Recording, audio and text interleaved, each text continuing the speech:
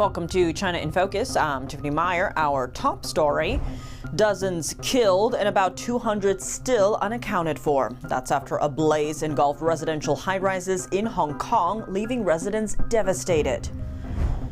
Peace through strength. Taiwan will invest an additional $40 billion in its defense budget to counter China's growing threat in the region. Taiwan, as the most important and most critical part of the first island chain, must demonstrate our determination and take on a greater responsibility in self-defense. Japan seeks to ease tensions with China after the Prime Minister suggested a Chinese attack on Taiwan could trigger Japanese military action. From semiconductors to rare earths, the Trump administration is pouring billions of dollars to take up stakes in companies key to countering China.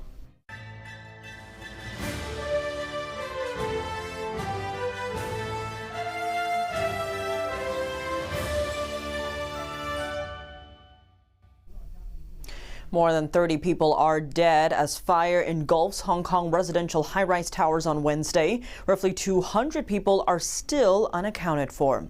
Local authorities have classified it as a Class 5 fire, the highest level of severity in Hong Kong. Over a dozen people are dead and an unknown number are still trapped after a massive fire engulfed multiple residential high-rise towers in Hong Kong on Wednesday, the government said. Fire crews were called to the Wong Fuk Court housing complex, home to 2,000 apartments in the northern Tai Po district, just before 3 p.m. Strong winds caused flames to spread to 7 of the complex's 8 blocks, some of which were clad in bamboo scaffolding. The Hong Kong Fire Services Department told Reuters it does not know the number of people who may still be inside the buildings. Besides, the temperature inside the buildings concerned are very high, so it's quite difficult for us to enter the building and go upstairs to conduct firefighting and rescue operation. This man told Reuters his wife was still inside the building as he watched smoke billow into the sky. Other residents stood on the street as their homes burned. Of course I'm not feeling good, seeing so many blocks on fire, some of them burning all the way inside people's homes. How could anyone feel okay? Even though our block's fire seems like it's being put out, seeing the fires all around still makes you feel terrible. Hong Kong is one of the last places in the world where bamboo is still widely used for scaffolding and construction. The government moved to start phasing out the city's use of it in March, citing safety. It announced that 50% of public construction works would be required to use metal frames instead. Peace through strength. Taiwan will introduce a $40 billion supplementary defense budget to counter China's rising threat. On Wednesday, Taiwanese President Lai Ching-te said history has proven that trying to compromise in the face of aggression brought nothing but enslavement. This comes as China ramps up military pressure. Here's President Lai. China's threats to Taiwan and the Indo-Pacific region are escalating. Recently, various types of military intrusions, maritime gray zones, and disinformation campaigns have been occurring in Japan, the Philippines, and around the Taiwan Strait. Taiwan, as the most important and most critical part of the first island chain, must demonstrate our determination and take on a greater responsibility in self-defense. The budget will run from 2026 until 2033 and cover equipment, including missiles and drones, as well as the new T-Dome air defense system. Back in August, Lai said he hoped to increase Taiwan's defense spending to 5% of GDP by 2030. President Trump has called for it to go as high as 10%. Amid rising tensions over Taiwan, Japan says it wants to improve ties with China through constructive dialogue. Here's Japanese Prime Minister Sanae Takaichi speaking at its parliament on Wednesday. Japan has always been open to a constructive dialogue with China. Therefore, it is my responsibility to maximum our national interests and build an even better, comprehensive relationship through dialogue from now on. On Tuesday, Takaichi received her first phone call from President Trump since her recent comments on Taiwan sparked a diplomatic clash with China. During the call, Trump updated her on the latest in U.S.-China relations, including his call with Chinese leader Xi Jinping. Tensions flared earlier this month after Takaichi suggested that a hypothetical Chinese attack on Taiwan could prompt Japanese military action. Beijing responded with measures including travel restrictions to Japan and import restrictions on Japanese seafood. According to China's customs data, China is the largest importer of Japanese goods. In 2024, total trade between the two reached over $300 billion, with China importing more than $156 billion worth of goods from Japan. Prosecutors revealed new evidence in the case against Linda's son, the former New York governor's aide, accused of acting as an unregistered agent for China. Text messages shown in court Monday suggest Sun was working closely with Chinese diplomats, including multiple vice consuls and a high-ranking consul general. The messages indicate she worked to keep Taiwan's representatives from interacting with top New York officials. This effectively limited their access to then-Governor Andrew Cuomo and later Kathy Hochul. Sun served as the central point of contact between New York officials and representatives from Taiwan and China. Prosecutors also highlighted messages showing a notably warm relationship between Sun and senior Chinese officials. In one 2019 text to the Consul General, Sun wrote that she had successfully blocked all formal and informal meetings between Taiwan's representatives and New York officials. Another message from early that year shows a Chinese vice consul praising Sun's role, calling her the most important hub for connecting with Cuomo and his team. The Trump administration is spending billions of dollars to buy stakes in private companies critical to U.S.-China competition. Some key strategic sectors include rare earths and semiconductors.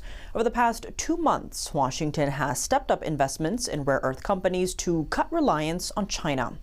Rare earths are critical for making electric vehicles and advanced weapons. The New York Times is the first to report the story. While previous administrations used loans and grants to speed up development in certain sectors, it's unusual for the U.S. government to take equity stakes in private companies. The most recent example came during the 2008 financial crisis, when the government bought shares in companies like General Motors. These were companies whose collapse would have posed major risks to the U.S. economy. On Monday, the administration made a deal worth over $1 billion to take stakes in Vulcan Elements and ReElement Technologies. The move is to help them expand rare earth magnets productions here at home. The administration also took stakes in Intel, the semiconductor giant, as well as Westinghouse, a nuclear power company, U.S. Steel, and several other companies in critical minerals. U.S. Treasury Secretary Scott Bessent said the administration won't take ownership stakes in industry that aren't strategic. He added that they need to be careful not to overreach. The government intervention has raised concerns among some experts of potential market distortions. A White House spokesman pushed back, saying that if business-as-usual policies had worked, America wouldn't be reliant on foreign countries for critical minerals and semiconductors, which are key to U.S. national security. He added that the government's involvement is to encourage further investment by the private sector. The U.S. recently joined several other nations to push for an end to human rights violations in China. Just days later, pro-CCP groups harassed peaceful protesters in Australia. NTD's Melina Weisskopf has more. The United States has joined a group of 14 other countries, including Australia, Japan, the United Kingdom, and a few others, in signing a statement to the UN calling for the immediate release of people who the Chinese Communist Party has illegally detained for exercising their fundamental freedom of faith. In the statement, the countries raised concerns that ethnic and religious minority groups, particularly Uyghurs, Christians, Tibetans, Falun Gong practitioners, and others, have faced targeted repression, including through separation of children from their families, torture, and the destruction of cultural heritage. The countries are pressing the United Nations to hold the Chinese Communist Party accountable in a meaningful way to combat this human rights issue.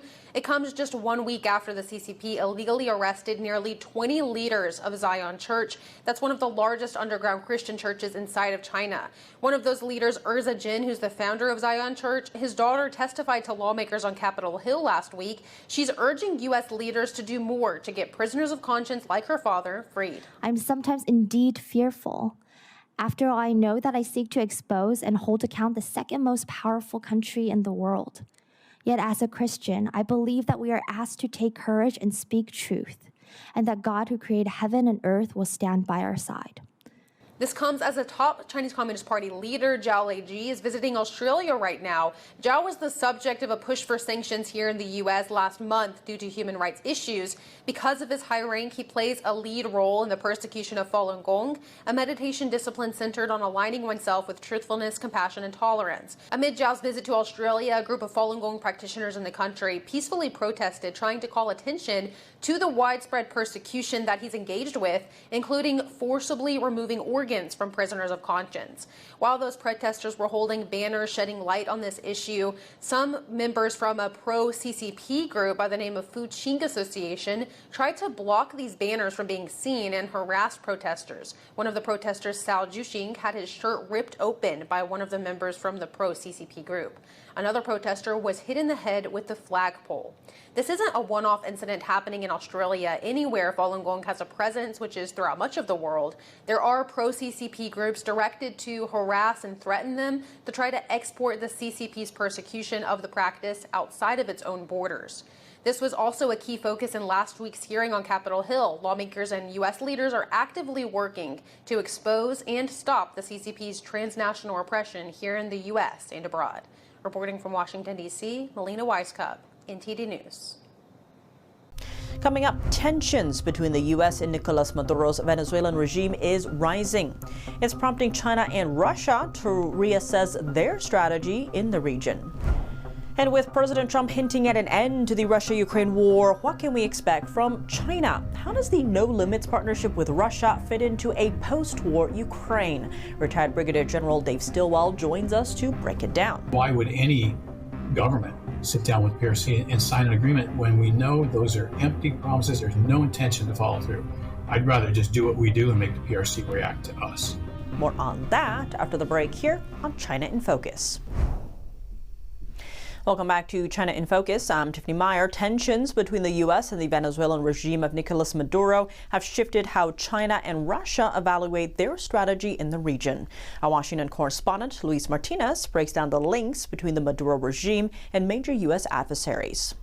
According to Nicolas Maduro, an indicted narco-terrorist, Xi Jinping and Vladimir Putin, the leaders of China and Russia, sent him letters expressing their solidarity and support amid rising tensions with the United States. It is impressive how a movement of solidarity is rising everywhere in support of the victorious effort of the indestructible people of Venezuela in the face of these threats, psychological, political, diplomatic wars, whatever they do.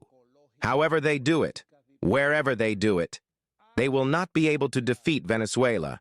We are invincible. The U.S. government has designated the cartel of the Suns, the cartel that Nicolas Maduro is accused of leading, as a foreign terrorist organization. Venezuela is run by a narco-terrorist ring that traffics drugs, weapons, human traffics as well, into the United States. Top Venezuelan officials have been using the Venezuelan military and its installations to traffic drugs. The survival of the regime is the only thing keeping them from facing justice. Today, Marco Rubio, pulled out another rehash about the cartel of the Suns, that now it's a terrorist organization. Ridiculous. They're ridiculous. They repeat and repeat the story about drug trafficking, the drug trafficking story. The regime is accused of killing over 8,000 civilians for resisting their authority. And unofficial results show that over 80% of Venezuelans voted against Maduro in last year's presidential elections. So we know, we have information that maybe the top echelon of the military forces in Venezuela may be with Maduro, and they're going to flee with him.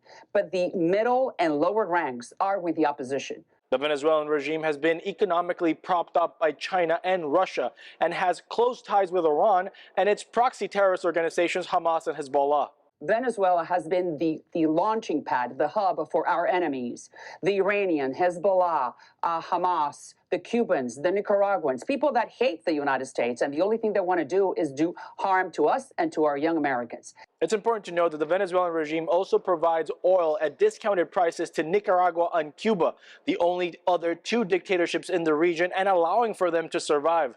Reporting from Washington, D.C., Luis Eduardo Martinez, NTD News. President Trump is indicating that peace efforts between Russia and Ukraine are finally gaining traction. Here's what the president said about ongoing negotiations, as well as a slew of issues closer to home as Thanksgiving approaches. President Trump says negotiations between Russia and Ukraine are advancing, with U.S. officials preparing for high-level meetings with Moscow and Kyiv. It's part of a revised proposal aimed at ending the nearly 4-year war. Speaking aboard Air Force One Tuesday, Trump said the U.S. will continue high-level diplomacy, but he won't personally meet with Presidents Vladimir Putin or Volodymyr Zelensky until negotiators reach further breakthroughs. Trump confirmed that what began as a 28-point peace plan has now been refined to 22 points. Well, that was just a map. Well, that wasn't a map. That was not a plan. It was a concept. And from there, they've taken each one of the 28 points, and then you get down to 22 points. A lot of them were solved, and actually very favorably solved. Trump said Europe will play a major role in shaping the final proposal and is deeply invested in seeing the war end. A major challenge, according to Trump, is determining a border that does not cut through towns or major infrastructure. You want to have a border? You can't have a border that goes through a highway or a border that goes through the middle of a town. So that doesn't work. So it's a long, complicated process. And very sad because so many people are being killed. The president also downplayed concerns about potential Ukrainian concessions, saying Russia is already advancing in disputed areas. The way it's going, if you look, it's just moving in one direction. So eventually that's land that over the next couple of months might be gotten by Russia anyway. So do you want to fight and lose another 50, 60,000 people? Or do you want to do something now? With tensions simmering in Asia between China and Japan, and with President Trump hinting at an end to the Russia-Ukraine war, what's been China's role? Retired Brigadier General Dave Stilwell joins us to unpack China's history of empty promises. He's the former U.S. Defense Attaché in Beijing and former Assistant Secretary of State for the Bureau of East Asian and Pacific Affairs. General Stilwell, thank you so much for joining us. Great to have you back on the show. Good to be back. Now, there's been several headlines recently, especially on China's broken promises when it comes to soybeans, fentanyl, all these other issues, or, the previous trade deal under the first Trump term. But talk to us, is it broken promises or is it empty promises? How should we read this? When I was at State Department in 2019, we talked about this, and the words matter. And broken promises means there was some intention of following through and then changed their mind or conditions changed. And therefore, they, in some ways, are not blamed. You can't blame them for doing it. These are empty promises. They never intended to follow through with any of these things, right? The best example is Hong Kong, where they, prior to basically ignoring it or tearing it up, in like May of 2020, they said, we consider the joint declaration on Hong Kong scraps of paper. So they never intended to follow through with that obligation once it became inconvenient. So they will go through, they'll follow through with these things as long as they don't cause them to lose any advantage. But as soon as they lose the advantage, they walk away and they back out. And we've been too quick to alibi their inability or their failure to live up to their contracts. Too many people have then bought into what they say in agreement. Then the good side gives what they're going to give, while the PRC side never gives in return. We've seen this over and over again. So if we regard them as empty promises, we'll be less eager to go sit down at the table and sign an agreement that we know they're not going to follow through. I want to dig into that because right now, in terms of geopolitics, there's the current Japan-China tensions playing out again, if you will. And China's Foreign Minister Wang Yi is weighing in, saying that, Japan needs credibility. There needs to be that. It's a similar phrase that he's used before. He put out a statement in 2024, March, saying China's for commitments to hot topic issues. And in that, he says credibility comes before influence. But given China's history here, how should we read China's use of the term credibility? Just pure irony. The fact that they use the word credibility, given their history of never following through on any agreement, is just shocking. But it's typical PRC propaganda gaslighting, where they blame the other side of doing exactly what they're doing. And in psychological terms, this works. It makes the side that's being offended, the losing side, rethink what they're doing and perhaps blame themselves. When the Philippines took them to the tribunal in 2015, the PRC says, oh, well, we're not bound by that. When in fact they signed documents that says that they would participate in any sort of tribunals, etc. Xi Jinping's comments in the Rose Garden in 2015 with President Obama, saying we will not militarize those islands, and doing the exact opposite thing. Has the PRC been held accountable for its repeated failure to live up to any commitment it makes once it becomes bufangye, right? Once it's no longer inconvenient. I can give you a lot more examples. Pretty much any agreement, most recently the agreement with the U.S. side to stop slow leaking the movement of super magnets and rare earth elements. As soon as they signed a piece of paper, they backed out of it. And so my question again is, why would any government sit down with PRC and sign an agreement when we know those are empty promises? There's no intention to follow through. I'd rather just do what we do and make the PRC react to us. Digging into that when it comes to foreign policy, because right now there's, President Trump is saying he thinks the U.S. can get Russia and Ukraine to a peace plan very soon, as soon as perhaps Thanksgiving, right? And on that note, we've seen in the past where China has wanted to be seen as the mediator on the world stage, whether that's Russia, Ukraine, or even, in the Middle East when that conflict was, at its peak, if you will. Given the history, though, here with these negotiations happening with Russia, Ukraine, how do you see China fitting into them? Again, Wang Yi weighed in very early on this, saying, hey, we got this. Let us mediate between Russia and Ukraine. And both sides, just immediately rejected that. Wow, what a slap in the face. What's interesting, back to broken or empty promises, is 2011 and 2014, Beijing and Kyiv, Ukraine, signed a strategic partnership that said we will protect each other's sovereignty and territorial integrity.